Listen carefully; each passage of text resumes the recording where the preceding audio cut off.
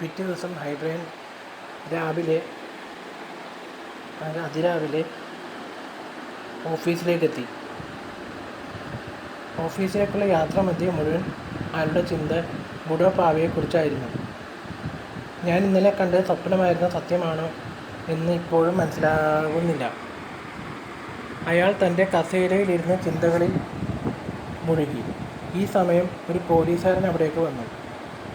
ഹൈബ്രയനെ അഭിസംബോധന ചെയ്തുകൊണ്ട് പറഞ്ഞു, "സർ, താങ്കളെ സീനിയർ ഇൻസ്പെക്ടർ തോമസ് വിളിക്കുന്നു." ഓക്കെ ഹൈബ്രയൻ മറുപടി പറഞ്ഞു.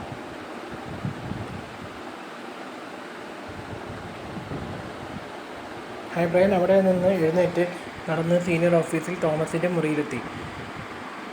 ഹൈബ്രയൻ ചോദിക്കുന്നു, "good morning sir." Thomas, "very good morning officer." ഹൈബ്രയൻ, "സർ, എന്തിനാണ് എന്നെ കാണണമെന്ന് പറഞ്ഞ് വിളിച്ചത്?" തോമസ് പറയാണ്, "സെന്യോർ ഹൈബ്രയൻ, ഇന്നലെ കേസിനെക്കുറിച്ച്